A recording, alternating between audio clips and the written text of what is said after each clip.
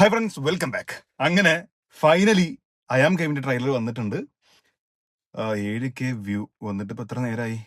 ഏകദേശം കുറച്ച് ടൈം ആയിട്ടുണ്ട് കേട്ടോ. 6 മണിക്കൂറും പറഞ്ഞു 10-13 മിനിറ്റ് ആയി.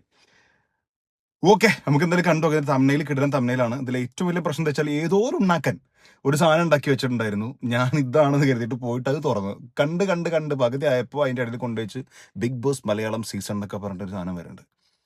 എന്താ ചെയ്യുക, എനിക്കാണെങ്കിൽ ഇത് ആ സാധനം വരുന്ന വരെ മനസ്സിലായതില്ല. 1 മിനിറ്റ് 1.5 മിനിറ്റ് റിയാക്ട് ചെയ്ത് അങ്ങനെ പോയി. സോ 2 മിനിറ്റ് 56 സെക്കൻഡ് ആണ്. എന്തായാലും നമുക്ക് കണ്ടുനോക്കാം. നല്ല എക്സ്പെക്ടേഷൻ ഉണ്ട്. DQ തമ്മനയിൽ കിടലാണ്. അടിപൊളിയാവണേ മുത്തേ, തിരിച്ചു വന്നോണേ. റെഡി. പണ്ട് ആരോ പറഞ്ഞു കേട്ടു, മലയാളത്തിൽ ദൈവവും സാത്താനും തമ്മിലുള്ള ചൂതുകളിയാണ് നമ്മുടെയൊക്കെ ജീവിതവും. മനുഷ്യരാശിയോളം തന്നെ പഴക്കമുണ്ട് ഗാംബ്ലിങ്ങിന്റെ ചരിത്രത്തിൽ. ഇവിടെ ചിലർ വാഴുന്നു, ചിലർ വീഴുന്നു. കിടപ്പാടം നഷ്ടപ്പെട്ട ദരിദ്രൻ മുതൽ രാജ്യവും കൊട്ടാരവും നഷ്ടപ്പെട്ട രാജാവ് വരെ തോൽക്കുന്നവരാരും തിരിച്ചറിയാത്തൊരു രഹസ്യമുണ്ട്. ഗാംബ്ലിങ്ങിന്റെ ഏറ്റവും വലിയ സീക്രട്ട്. അവരെല്ലാം വിശ്വസിക്കുന്നത് ലക്കിലാണ്. This is pure algorithm. Cabinet ministers മുതൽ മൾട്ടി മില്യനേഴ്സ് അടക്കം മൊത്തം ആളുകൾ ഇവിടുത്തെ പ്ലേയേഴ്സാണ്. ഇവിടെ പലതരം ബെറ്റിംഗ് ഉണ്ട്. But sports betting is different. ഓരോ ടീമിനും ഓരോ പാറ്റേൺ ഉണ്ട്. അത് ക്രാക്ക് ചെയ്യാൻ പറ്റിയാൽ the game is easily predictable.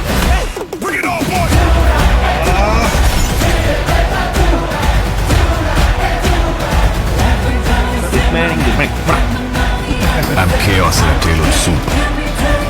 Get up! Fuck!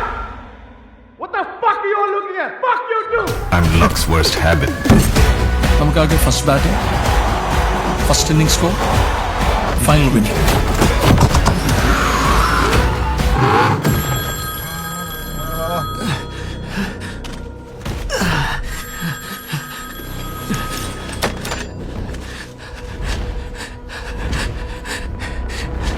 Doctor, I need your help.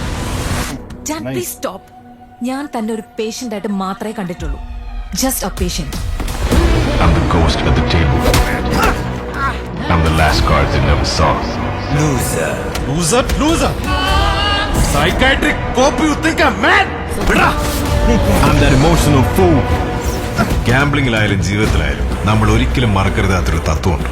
Never give up. I'm gonna settle everyone.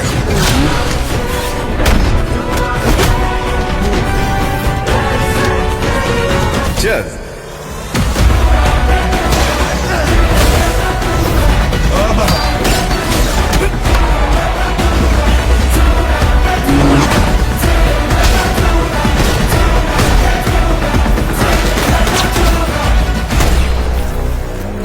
ரொம்ப போட்டு கன்ஃபியூஸ் பண்ணிக்காத. This is just a freaking entertainment.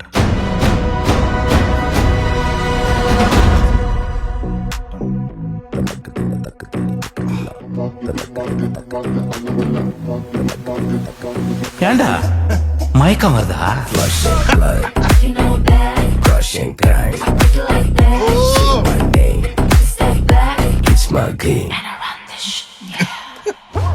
അത് പൊളിച്ചുട്ടോ. ലാസ്റ്റ് ഭാഗം ഒരു രക്ഷയില്ല.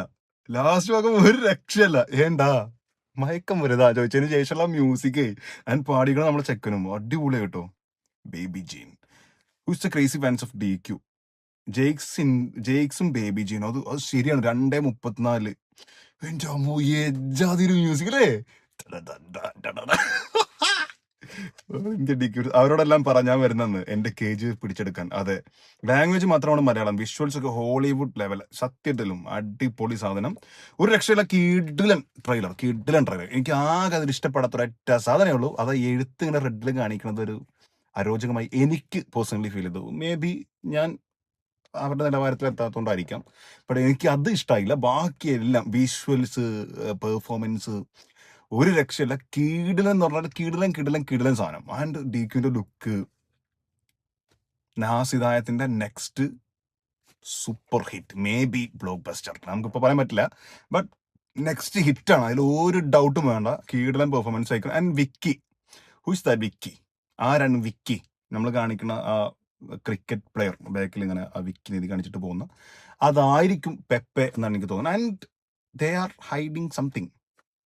അങ്ങനെ ഒരു സാധനം ഉണ്ട്, ഒരു നല്ലൊരു സർപ്രൈസ് എലമെന്റ് ഇതിലുണ്ട്, അതിലൊരു ഫാന്റസി എലമെന്റ് ഉണ്ട് എന്ന് ഞാൻ ഉറച്ചു വിശ്വസിക്കുന്നു.